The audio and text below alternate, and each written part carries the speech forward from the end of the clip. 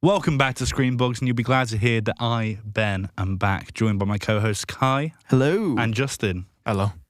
Or am I back, is the question. Because today we're covering the 2013 thriller, Enemy. Who is it directed by, Ben? Denis Villeneuve. That's a good attempt. That's a good attempt. Yeah. Considering I don't know, that's a good attempt. I'm not mad at that. Okay, so yeah, spoiler warning for the upcoming film. It's from 2013. You should have watched it by now, but if you haven't, 12 years. we will be talking about everything. So again, spoiler warning. So, Ben, tell us a bit about why you love this shit film. Oh, hang on, what? We are after. That's a cracking That is start. a big shot. Do you want to kick us off, Justin, with your initial? Wait, what's your first note that you've got written down? Slow start. I put lots of yellow.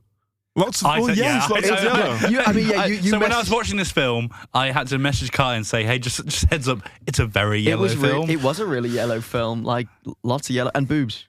Lots Yeah. of boobs. Lots of boobs, One lots of thing I yellow. do Not will enough. give this film off the bat Don't is say. I really do like the colour work. Yeah, I like that. I like the colour work. As And the I way said, It grew on me. Yeah. It began feeling like any Breaking Bad episode set in Mexico. True. And then ended up, I was like, yeah, it's a unique world. I get it. I think they begin to use it as like a tool to assist the shifts, to make the shifts more obvious in the beginning when you're first shifting between the two main characters. They sort of use the yellows to be like, oh, we're with this guy now. I didn't even really notice Yeah. the switches, and I think that's on purpose. But like obviously before I think that, there's a few scenes here, yeah. But, first bug mention, we've got that little spider. oh, opening that opening scene's with really a bug. bizarre. Oh, no, actually, before that, we have a really interesting scene, which is just a voicemail from the mother. Hey, this is your mother. I just saw in your apartment. How do you live like that? How do you live like that? I don't remember I watched this today. I don't remember that. That's bit. how the film starts. I do not remember. I do not Right remember before the awesome club scene. the awesome club scene. I liked it till the spider.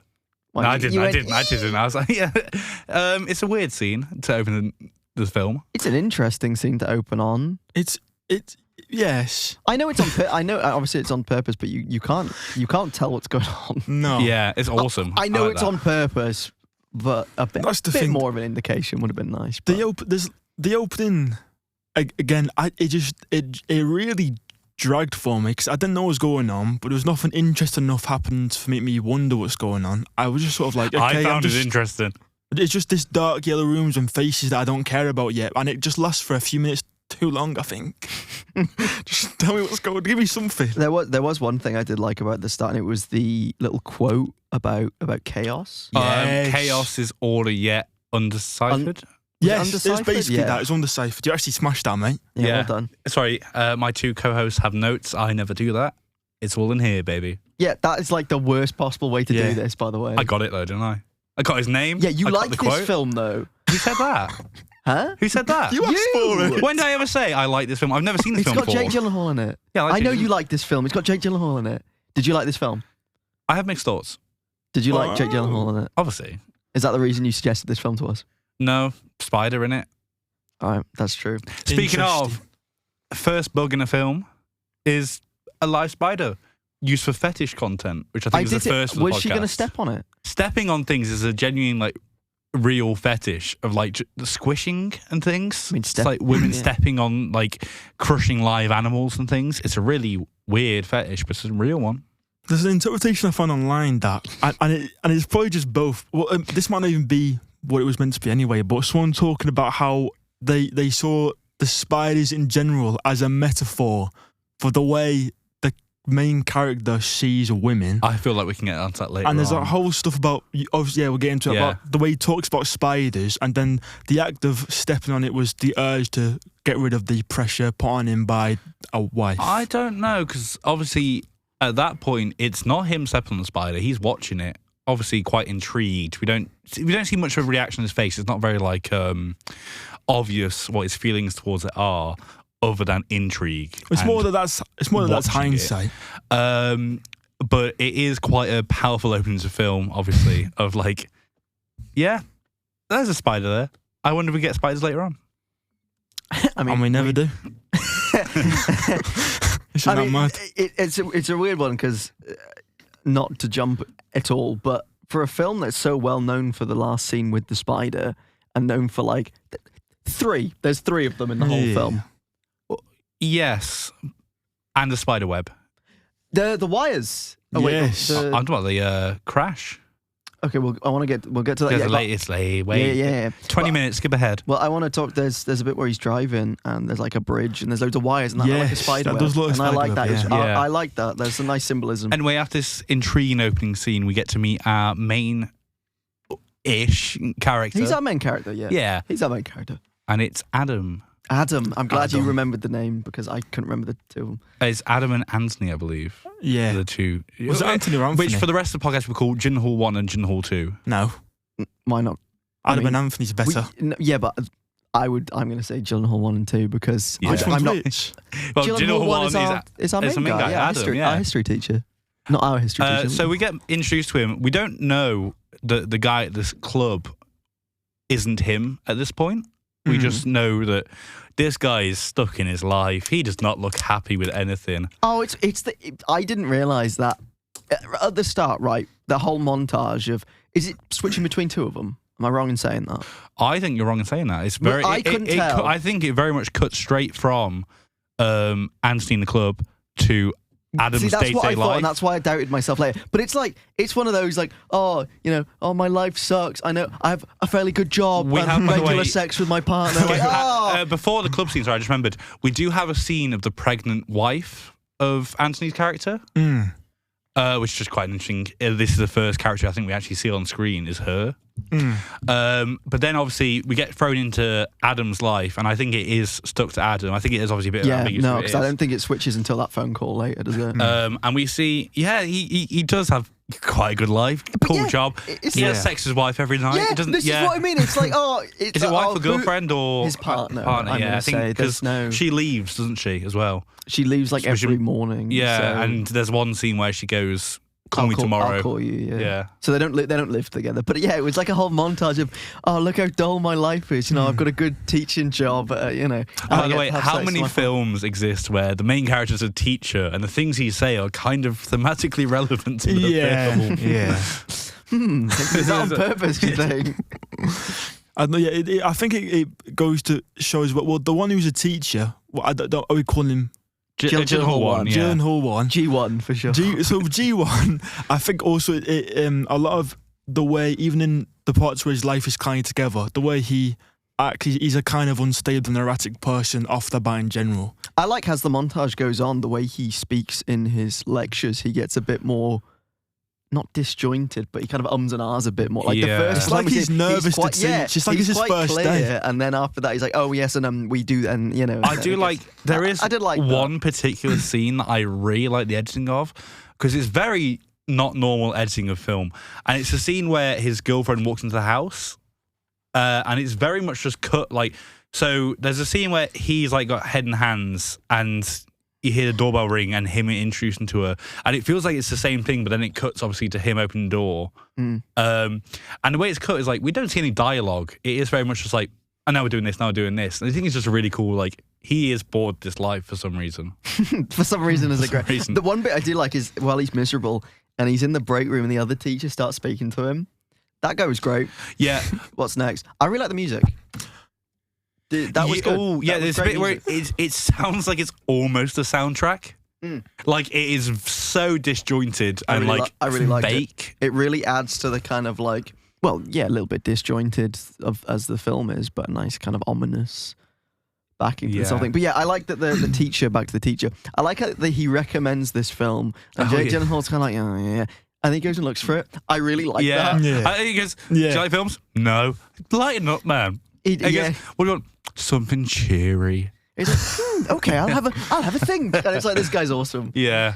But I just like that. Then when he's walking past the shop, he's like, he goes in and he has a look for the one the Yeah. guy recommended. That's kind of a nice bit. Yeah. I'm not sure if Jake Gyllenhaal movies were canon within this universe. They're pretty powerful, actually. Oh, Yeah. maybe they should have done that. Bring him Also, the out. fact that that person who recommended it would have seen the film, knows the guy, knows an actor who looks identical to him, and It's an recommended it anyway. extra. That's what I think. I thought I was wondering if the guy who watched the film goes, He's well, trying to fuck with him. yeah. He is the spider. He knows. He's like, well, it's Yeah, gonna but be really also at the funny. same point, to defend that, he is an extra. He's just I in think the back of a scene, Gyllenhaal yeah. only like he has a dream and then he rewatches the film. I like the dream.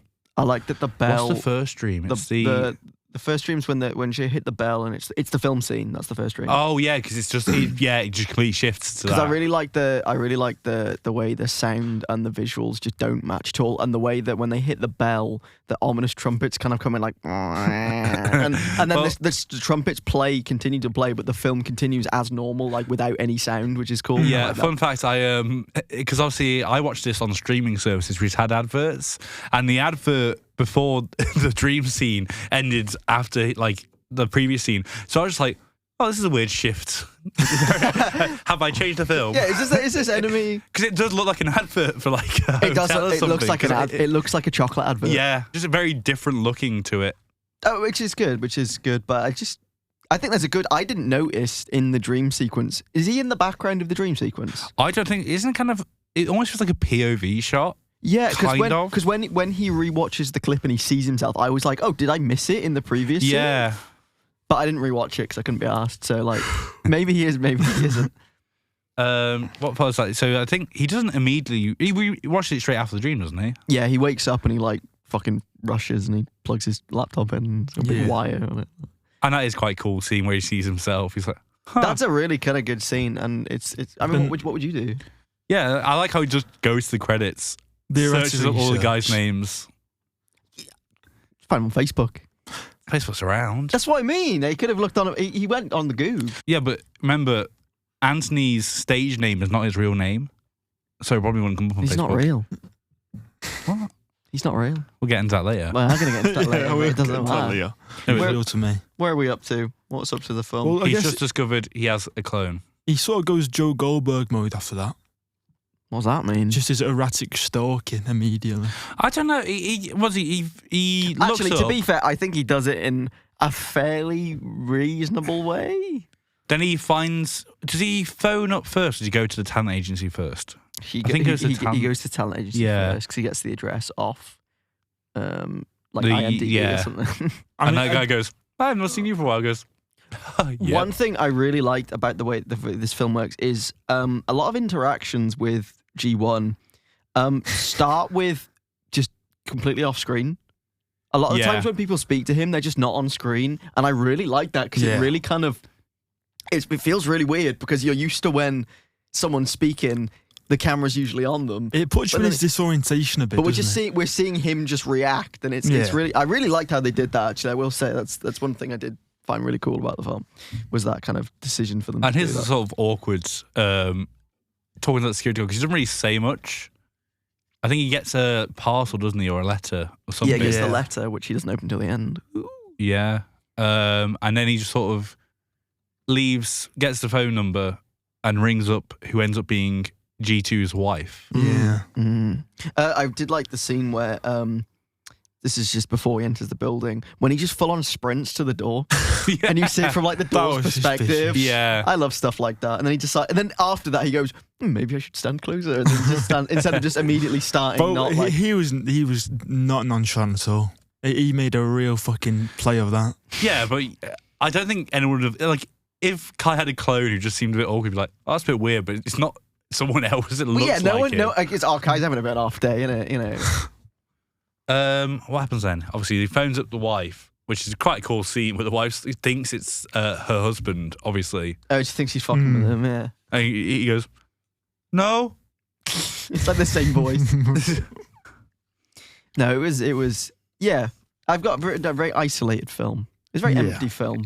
In terms, which I like. Yeah. 100% on purpose. A lot of the shots, like, there wasn't, like, many, I think the most filled scene was his classrooms, his lecture halls. Yes, I think so. And also all the others were like 2-3 people. Mm-hmm. Yeah. But then I think he tries phoning again, obviously ends up speaking to G2, which is quite a cool scene because G1 goes, he's really excited. Yeah, he's like, it is. It is. Oh, we do sound like we sound like each other. He goes, stop calling me. He was a bit of a mug about that. There was no like, what's the word? Like, not subtlety to it. He's like, whoa, you're like me. Let's be that. It's like you could have been a bit more straight with him instead of doing this weird kind of routine. Which he tries to do. And then I think that's the first thing we cut to G2. That was such a good cut. Yes, that was really good, to be fair. Because it really just doesn't put any. immediate like attention on it. Yeah. You kind of sit there and go, and we don't. Hang on. We just see the other side of the conversation, obviously, where he's just. And I don't think we see his phone call from G1's perspective. We just see that he's been redialed, and G2's like, "Hey, stop calling now." Yeah. Which then the wife comes in and brings up, I think, the sort of main idea of the film, going, "Yeah, that's not true. You weren't called by a man." Yeah. Who was that? Yes. She said. I remember a line. It was something about. She said about, "Are you seeing that woman again?" Or something. Yeah, and it immediately sets up his sort of I reckon unfaithfulness. I reckon a second watch of the film, you would kind of key into a lot more of this is who the second woman is, kind of thing. Like, but yeah, we sort of get in G2. Much more of a dick than he's G1. Crazy. Yeah. For no reason, he's crazy. I do love the shift of it going from G1 being the active stalker to G2 being the active stalker as well. G2 he is kind of not right there. Mind you, before any G2's interest, I think the wife is the first one, isn't she? She goes to the school. And I think that might be one of the best scenes of the film is where she's talking to him and he's like, "Nice day, innit? Have a lovely rest of your day. Have a good one." Because he starts giggling to himself. Yeah. He's like, "Oh, what a day. Have a nice rest of your day." And then fucks off. Yeah, and then she phones immediately, G2. He's like, "Why are you phoning me, man?" Yeah. Oh, no, yeah, and then the scene follows is she's like on the sofa, like kind of shaking, and G2 comes and he's like, "Babe, where are the blueberries? Where are the blueberries, man? I want my blueberry smoothie. No. You have to get the nice ones, otherwise they go weird in the fridge." They're not natural. He's like covered in sweat. One thing, because I knew the concept of film 4, one thing I really like is that he's not a famous actor. He is a extra in 3 films. And he did adverts. That was on his own. Yeah, he was extra in 3 films. He's not like successful by like many metrics. Well, I think he's that's got what makes a kind of nice apartment. Yeah, to be fair, it's a nice apartment for us when he's just been an extra in a few films. Yeah. Well, I mean, adverts they're quite good. Like I said, if it was a huge movie star, the concept wouldn't really work. Yeah, because then he would have known earlier. Yeah. Or someone else would have pointed out to him, "Hey, are you?" But he did say he's not a film guy, so it is kind of. Yeah, but I thought he'd be a bit higher of an actor than he is, which is literally no lines in the film he sees him in. He's just there. Yeah, I like that. I mean, even in the when he looks on the IMDb, all the roles are like kind of like this character and then like adverts, which is nice. But yeah, G2 is it's really crazy. Well, I'm so sorry to go back for a minute, but there is one really funny detail, which is when he looks at the acting profile of him, and it says that he's experienced in canoeing and powerboating and things. That's fucking I was like, sick. Yeah, of course. Why put not? that in your thing, man. Get a job. Put that in our bio, Justin, that we're good at powerboating. We're really canoeing. good at powerboating. Yeah, I really like the scene where they meet. I feel like is the next. Oh, hang on, I think. No, the first thing he phones him going, "Hey, we're meeting." Oh yeah, meet me here, and it's kind of like it's cool. Ominous, because then he's like peeking in at the door, isn't he? And that's really creepy. Yeah. Credit to Jake Gyllenhaal. He's got really good eyes. He's got really big, he acts for his eyes. Yeah, it's awesome because the way he portrays the 2 characters, G2 isn't that amazed. You'd think you would be. He's very much like, "Show me your hands, man." And show me your hands. Again, he's like shaking his hand. Yeah, his hand's shaking his own art. You've got a scar, haven't you? And he goes, "You have." The fact he has a scar, therefore separates. They're not twins. That's like the very clear. Yeah, because it's the same spot as well. Because I think straight after he says, "Hey, we're probably twins, man." He goes, "Yeah, have you got this scar?" And he's like, he goes, "You do. Twins don't do that. Twins don't have that." I like how G1 immediately goes, "I don't want to do anything with you." Yeah, he goes, "I'm going home. I'm sorry. I shouldn't have done this." Which is crazy because, if I feel like you could have gone to a doctor at that point and been like, "What's going on?" Yeah. And then I think is it before that scene or after it where you can't tell if it's G1 or G2 talking to a mother character? It's after that because she says, "You haven't got a brother." Yes. You're an only child. But what she says in that scene that's the most interesting. You don't like blueberries. You don't like blueberries. Yeah, I always up on that. Because obviously that could either be at the beginning of the scene we don't know which one it is anymore. Because it could be either of them. And then it's Well, yeah, and by the end of it, she does say something about acting. I picked up the blueberry thing where he goes, "I don't like blueberries," and obviously we've seen G2. He loves a blueberry. Babe, he loves blueberries. Them organic blueberries. And so, and speaking of the shot where he opens the fridge and there is blueberries in there later on in the film actually made me laugh because that genuinely did make me giggle. But yeah, the mother was quite an interesting scene. And then I think it's followed by G2 stalking, which immediately goes to G1's girlfriend as opposed to... Yeah, see, that's what I mean. He's crazy. Yeah. He's full on crazy. He finds out who she's with. I think he's into knees. He's just a prick. He's into knees. He is a prick. G2's a right prick. He's into knees, isn't he? What do you mean he's into knees? You've said it like 5 times. What does that mean? You know the scene where he gets on the bus and then it just has a close-up of her knees and then slowly pans onto her feet, but it's a lot of the focus on the knees. And is that one scene? Yeah, when he gets on the bus to like stalk her. So he has a thing for knees? Yeah. Stop looking at my knees, man. You can't see it because you're projecting, mate. He's looking. He's projecting. By the way, I'd like to point out it was about this point in the film where I looked upon my floor while watching this and saw quite a big spider. You saw Jake Gyllenhaal skipping about. Yeah. Which I was taking a picture of to show the people in the room with me. That gives me no frame of perspective. I'm sorry. You've zoomed in. Oh, that's nasty, isn't it?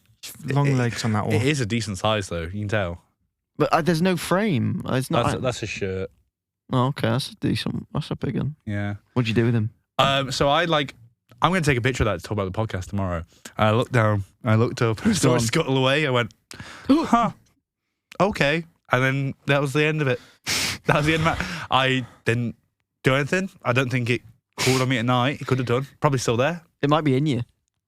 Oh. He's controlling. It's why he likes to film so much. He's controlling it. He thought explode into a massive spider in a minute. What was that? No, stop doing. I don't like. You sound like a turtle having sex. Don't look at me like that. No, I'm going to. Let's move on. I don't know how, Justin. How do we move on from that? Yeah, because his mum is Isabella Rossellini, who I don't know who that is, but I was told to write that down. I don't know who that is. Who told you? The divine figure? Yep, the divine figure. I don't know who she is, but she's famous, I guess. Okay. She's only a voicemail at the start and in that scene, I think. Oh, sorry. I'm just because I'm looking at my notes and we're actually near the end of them. Then it's like the big fucking city shot with the gigantic spider. Awesome. You know what's mad? I missed that. Then really long blink I went or something, back Justin. and saw it. But you missed it? I missed the shot because I was like, I think I was just really fucking bored at that point. It's like drifting off. I was drifting off. Then I went back there later to see, because I did some research, like what are people's thoughts on this film? Why is it just me who did not enjoy it? Spoilers. And then I saw the shot and they're like, well, this is the second time we see a spider. It's this massive fucking spider. Yeah. And I had no idea that was in the film. I missed that scene. No one acknowledges that in the film. Well, because that's based on a famous sculpture called like Maman, I think, which is French for mother. And it's very clearly based on that statue, which obviously the statue is based on motherhood, which I think is very interesting when tied into the pregnant wife, which I've not seen many people talk about online, being like, hey, there's quite spider eggs and the fact that this woman is pregnant. I think the pregnancy is a thing that's very understated in a lot of people's thoughts. That statue's fucking massive. Yup. Where is it? Tate Modern, I think. Anyway, big spider. Big spider, yeah, that was fun. Because there's kind of 2 shots of it and there's a kind of far away shot. That is scary. And you kind of, if you peek, you look at it and then it's like a closer shot and it's like, unless you're Justin, apparently. Yeah, that's a big spider. Well, I like how it's like, there are a lot of shots of the city throughout the film. And none of the dreams are immediate, like, this is a dream. Have we gone past the dream where he walks past that one with the spider head yet? Oh, I think that's earlier in the film. He walks past the one with the spider head. Yeah, I think it's like after the two meet, he like has a dream. He's in the club, and a woman walks past with a spider head, and he goes, "Huh?" And that's the. Oh my god, did I miss that? Was it a dark scene? It was Not a that dark scene. You could see that it was a woman that had a mask on. It was a mask, but it was very much a spider mask. Mask. Yeah. I thought you meant like an actual spider. That's what threw me off. Yeah. Spider mask. I remember. Yeah, I remember the spider mask. Not the Spider-Man, like. No, I thought you meant like an actual like spider. You know, like. Good sounds. Thanks. I know we're full of them this week, except Ben, who is again turtle having sex. To Google that, it sounds like that. Where are we up to? Dox him. You fucked my wife. That is. I did not. Oh, so yeah, we see him talking, and we don't know he's rehearsing yet, which is really cool. The first time he says it, because it's really sudden, and you're like, well, You put my wife, yeah, and we don't know which one's saying it. because. Yeah, this is what I mean. Yeah. It's a very interesting mix. It's like, oh shit, what's going on there? What And then we he kind missed? of like goes, yeah, that's That's a good take. That's And a I good thought, and it kind of subverts you a couple times because you're thinking, oh, wait, he's fucked his wife, and you go, oh no, he's just acting. Oh, I wonder if he's gonna do a role, and then he just comes in and just fucking actually like uses it, like, and it's like, oh, Thing is, okay, though, You're going to give me your clothes, your car, I'm not going to see you again. because you think it's a script, and then he goes and uses it on G1. Thing is, he practices it in the mirror so many times, finds one he's happy with, then the one he does sounds nothing like it. That's kind of real, though. That's what acting's like, Justin. Yeah. No. You should see my practice of the opening to this episode. He Last punched night, the mirror, yeah. He was like breaking his mirror. Nightcrawler. Yeah. Fucking G2's crazy. Yeah. He gets away with it. I don't know why kind G1, because G1 goes, I'm going to call the police. G2 goes, and say what? Yeah, that was funny. He's like, what are they going to do? What are you going to say? I mean, he's right. What are you going to say? Yeah. My identical clone. He's coming in. He's coming into my house. But then G1 goes, I know what I'm going to do. And then goes to the apartment. The wife's house, yeah. Which we then see, probably one of the most important scenes of the film that's really understated, is him in the elevator with that sort of security guard. Oh, with the guy who lets him in the building. And he goes, man, last week was crazy. The way he speaks to him is so funny because he like. But I don't know if it's just me. I want to go back. Yeah, until he says that, I thought it was kind of like they had sex together. I genuinely thought when he first. Because it was like, hey man, like last week was crazy. I really want to do that again. It's just the fact that Jake Gyllenhaal was like, you couldn't see it because the way it's shot, it's like over shot. You can see Jake Gyllenhaal's eyes like peering over his shoulder, and this other guy's like, man, I really want to go back. Please let me back in. And Jake Gyllenhaal's like, yeah. Okay, I'll see what I can do. And it says so, hey, they're giving out letters with the keys in. I didn't get one. But I really want to get back in. It's like, and obviously we know kind of what it is. We can put one together. Yeah, you kind of like, Again, I didn't work that out until after I watched the film. Until after you woke up, Justin. No, because I think that was like... Yeah. I don't think just watched right film. No, I did. I just missed a lot of key shots to give context because it wasn't grabbing me. It wasn't grabbing me. The film didn't grab me. What about it didn't grab you? I think Should it we was get on side at the end? Nah, just say it. But generally, it's quite, especially for most of it, it's quite slow. And because there's so many long, quite isolated shots, none of the characters are really being grounded, and the only characters that end up being grounded in any kind of way with a good sort of developed character is just G2 who's a prick. Yeah, I mean, so we can continue up to the end and then give proper thoughts, because then we've got the blueberries. We're not too far. Return of the blueberries. We're not too far. Obviously, I think G1 and the wife is quite an interesting scene, because obviously G1 he goes there for revenge, basically. His heart's not in it, you can tell. You can tell his heart's not in it as soon as the wife is stripped naked, and G1 does like a sort of like awkward like turn around. Yeah, he turns around the corner and goes, he peeks and he goes, ooh, like, oh, my bad. Sorry, man. And then obviously we see quite a cool scene where G2's wife goes, yeah, it's all in her performance of being like, yeah, this isn't G2. And then you see her go, I don't care. Yeah, no, it's that when she goes, what did she say? What was it? How was school? Yeah, how was school? That was it. She does not give a fuck. She's just kind of cool with it. She's not. And it helps that you had that scene where the two of them met in the start, like near the start of the film, and they have a kind of nice, like she's kind of already like clocked on that she's kind of nice. He's kind of nice guy. But yeah, that was a good scene. Yeah, really. Yeah, and they don't have sex as well, if I'm right.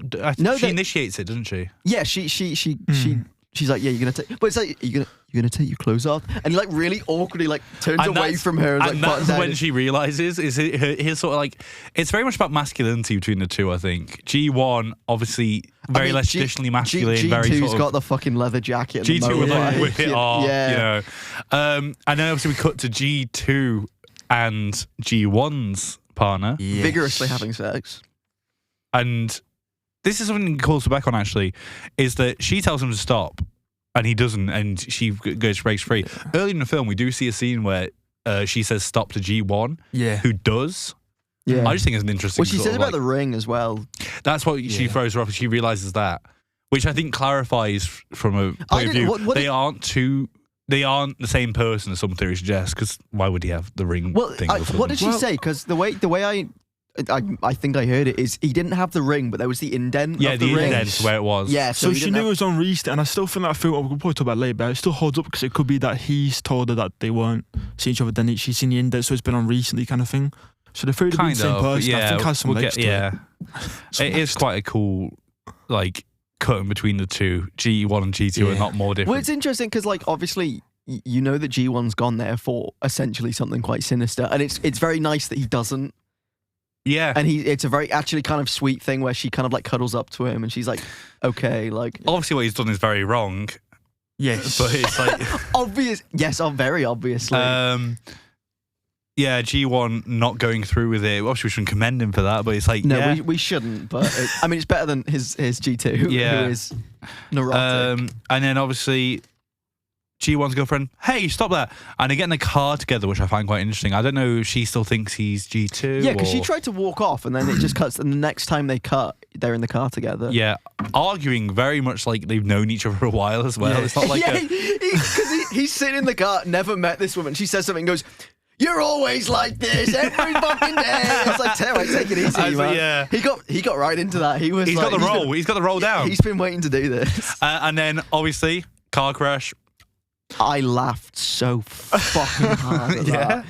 It's very sudden, and it's because we were watching it, and it was like, oh yeah, are they gonna fucking crash and die, and he's gonna live with the wife? And then they did, and we just burst out laughing. Like that's strange, but also the mirror shatters and looks like a cobweb.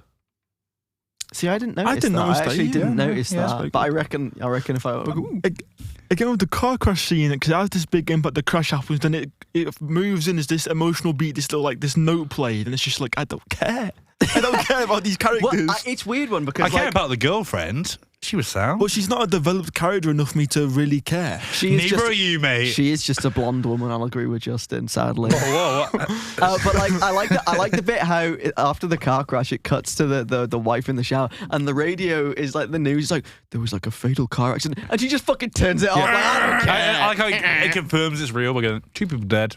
Yeah, and it just continues like no one cares. Shut the shower. Like, Turn on the tunes. Get the tunes out. Put on Billie Eilish. In 2013.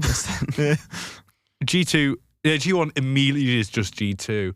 And I think one really interesting line is she goes, "Oh, your mother cool, by the way."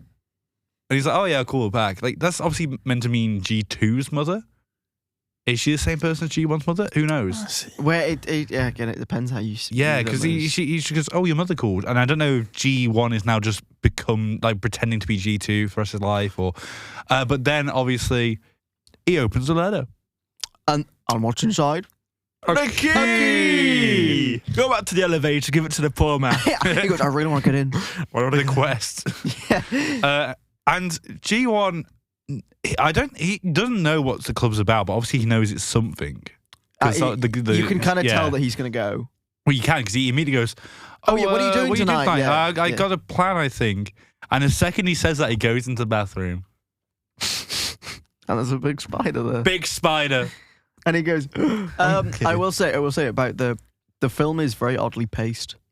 Yes. I think because as soon as it gets interesting, it ends. Yeah, I agree. I mean, the two enemies don't meet until halfway through the film. It's a good half an hour in, yeah. Obviously, it's not a very long film. One thing I want to say about the themes is I didn't find the film that confusing to understand for some reason. Like, it wasn't very much like a, whoa, what did I just watch? It was like a, okay. Well, the film was very dependent on how it's interpreted after you've watched the film, which is the tricky thing. And I think to truly appreciate it, it relies on multiple viewings. But the only issue is, it's not good enough to warrant multiple viewings. I want to rewatch it. You can pick up on the themes, but it's very much about the relationship with the female characters and the sort of infidelity. That's the word I was after earlier. And how he doesn't really change. Obviously, he's a different person, but he doesn't change. Yeah, no, I I agree. And there's a line beginning of the film where it's like, I think he says, everything in history happens twice. The first time it's a tragedy, the second time a farce. Yes. And that's kind of what's happened is the first time this marriage is broken down, it was a tragedy. That's the loss of love. Now, he's a new G1's there. He's a different guy. He's the same thing is happening, and now it's just a farce. It's just like, that's why he's very much not like horrified at the spider or like anything. He's like, oh, okay, I get it. To the big spider. How do we feel about that? I know you said you didn't really believe it, but how do you feel about that theory that they're the same person? I don't think... A lot of people think that... You're taking the film... Firstly, it's not a film that should be taken at face value. There's not 100%. two people. There isn't a giant spider in the sky. That's what I mean. It's definitely It's more sort of Lynchian. There's more going on. Yeah. I think they can represent two different people, the same person, being sort of very much like Freudian ego, superego, where it's very much like, hey, this guy is different from this guy. They are two different perspectives of life. They're very different is the main thing. And you can say, yeah, that's just two sides of the same person, but I don't think that's the point. They're way too different to be. Well, and there are scenes where it makes it seem he could have a split personality. We don't see anyone else see the two of them together, but that doesn't really change the film that much. Yeah, I don't think it's a kind of like Jekyll and Hyde kind of thing. Yeah. It's not one person. I think a lot of people think that it's got a lot to do with subconscious. Yeah, I think it kind of does. It's a lot of its symbolism, these kind of interactions and what's going on is kind of not actually happening, and it's just the kind of like... Some of them interpretations of that theory, some of them say it's a guy with split personalities. Some of them say that one of them is the primary character, the other one's more of a subconscious one, or it sort of merges within thoughts, memories, desires and things. So you've got obviously that like masculinity stuff as well. But there's a wide range of interpretations of this film. What was your interpretation just then? That was fucking boring, bro. I think it wasn't boring. I'm hating too much. I'm hating too much. Interested. I mean, the film has a lot going for it. I mean, the soundtrack was really good. Gyllenhaal's performance. Yeah, his performance is really good. Incredible. Yes.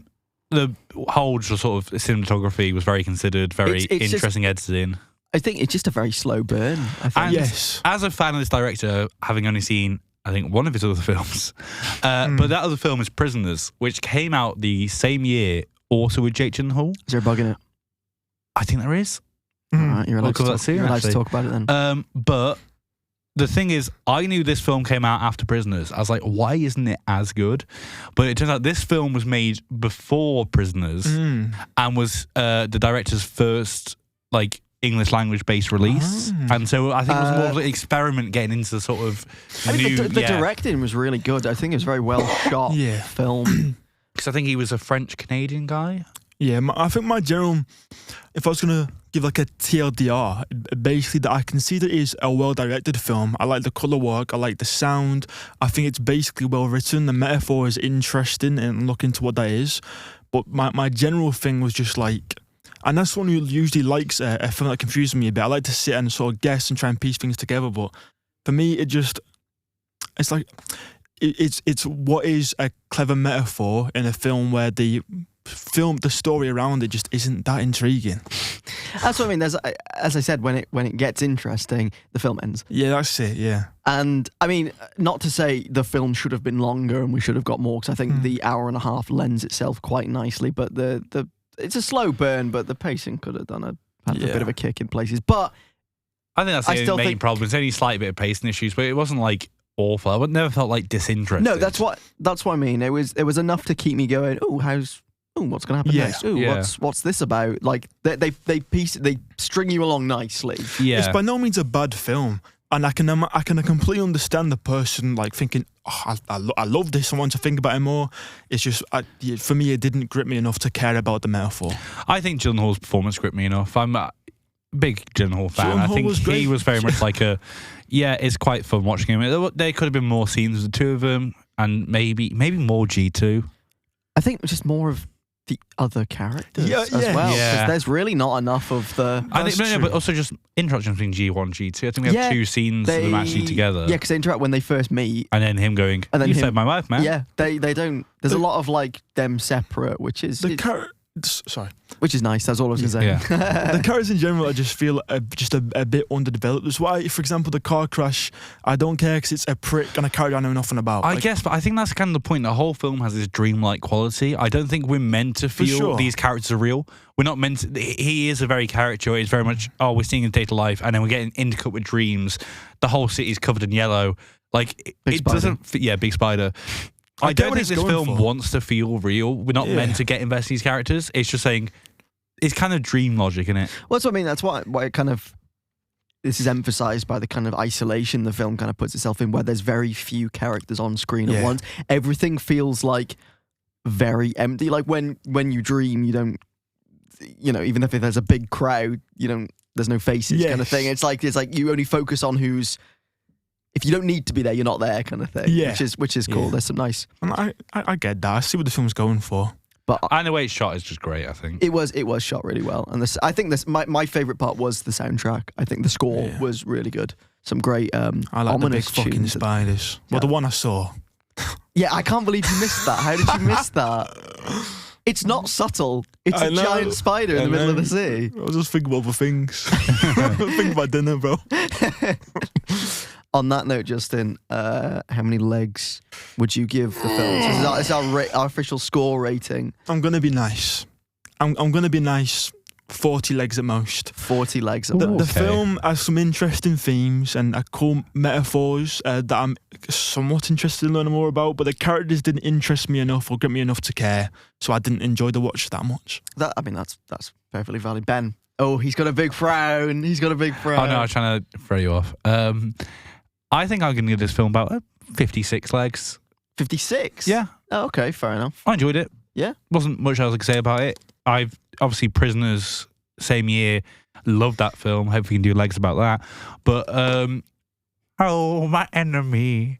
Every single person is my enemy. They should have played that. That would have been... We can't play that. As soon as you see the spider at the end, they should have that music start and it goes... Oh, the misery. Takes out his assault rifle, starts shooting the spider. If that film had come out... Well, I say if that film had come out before hit TV series Arcane, which the song was written for, then I'm sure they would have included it. Absolutely. So what did you say, 58? I think 56. 56? Yeah, I enjoyed it. It was a good watch.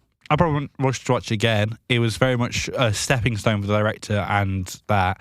But it was good. I enjoyed it. I'm going to hit it with a solid, I think 51, because I enjoyed the directorial style. I think it's shot really well. The score, I said, was really good. But the pacing felt a little bit off. And as I said, it got interesting far too late. Interesting. This might be the lowest. This is the lowest review. I think we've got so far, yeah. Yeah. Not to say, obviously, fair, not a bad film. We started very high with the first. We're watching. We love The Bug's Life. But 200 legs. 2 million legs. Give me more legs, damn it. Well, I hope you all enjoyed this review of Enemy. Every single person is my enemy. How do you not remember the film? It's on my screen right in front of me. You were like eyes closed whole film, Justin. I'm convinced. But we'll join us next week where we'll be talking about another film with some bugs in it, which we won't name because we're still working out the orders of things. See you there. Buzz off! Love you. Join me, guys. You can't be doing that. You can't just tell. Do buzz off. Wait, what am I doing? Buzz off, we're doing buzz off. On 3? Yeah. All right, 1, 2, 3. Buzz off! Well done, Justin. Why did you left me hanging? Hey, we're his real enemy, right? Yeah. Everybody wanna be my enemy. And then we cut there. Yeah, that's good. And real quick, if you would like to contact us to give us feedback or request a film, you can reach us at screenbugspodcast@gmail.com. Alternatively, if you like what you see, find us on Instagram @ScreenBugsPodcast or Twitter @ScreenBugs.